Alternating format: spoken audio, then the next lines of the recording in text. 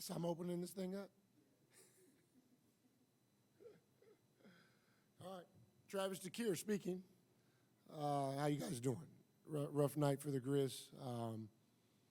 We had a little more fun in the first half than we did the second, obviously. I think Coach Barnes' halftime speech was a little better than mine in terms of getting his team ready to go in the second half. But I thought we did a good job defensively in the first half, taking away some of the rhythm, some of the shots they were trying to get. Obviously, some fouls got some of the better players out for some stretches, which allowed us to make some runs as well. Second half, they ramped up their defensive intensity, and I think we lost ours. To give up 63% in a half, regardless to who we're playing, is not like us. I don't know when's the last time we've done that, but Chaz Lanier obviously got going early in the second half, and I thought that was the difference in terms of getting that team going.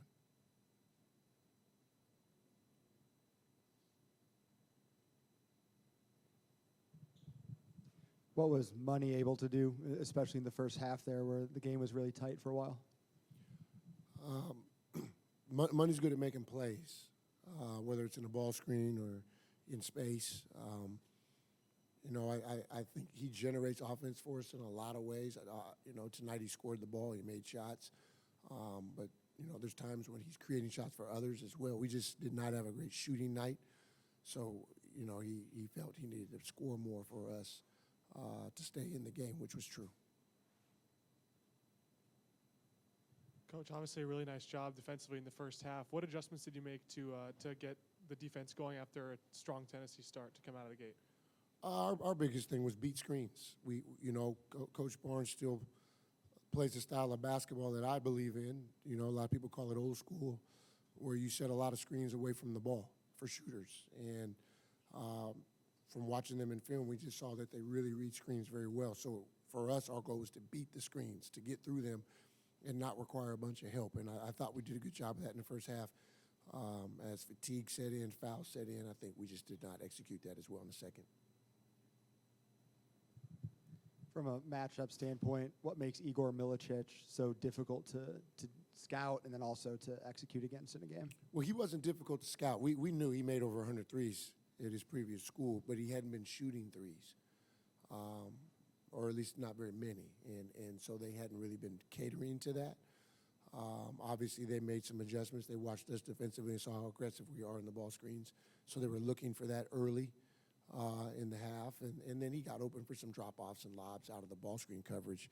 But that wasn't necessarily him making a play. That was Ziegler making a play. Coach, you forced a fair amount of turnovers there, especially in the early part of the game. Was there anything defensively that you were trying to attack with that? We wanted to be physical. We wanted to apply pressure on everyone other than Ziegler. We thought containing him was the most important thing. Not a lot of assists coming from other people. So we thought that if we could apply a little pressure on the posts and the wings and force them to try to create, that maybe we could either force some turnovers or low percentage shots, which that did happen early. But eventually they got out of that.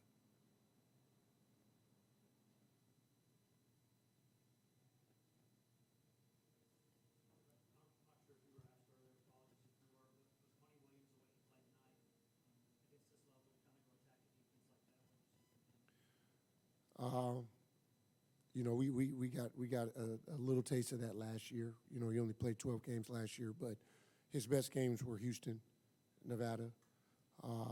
So when the lights are bright is typically when he has shown up. Unfortunately, his season ended early with an injury, so we weren't able to see that level of consistency, but we knew he was capable of that.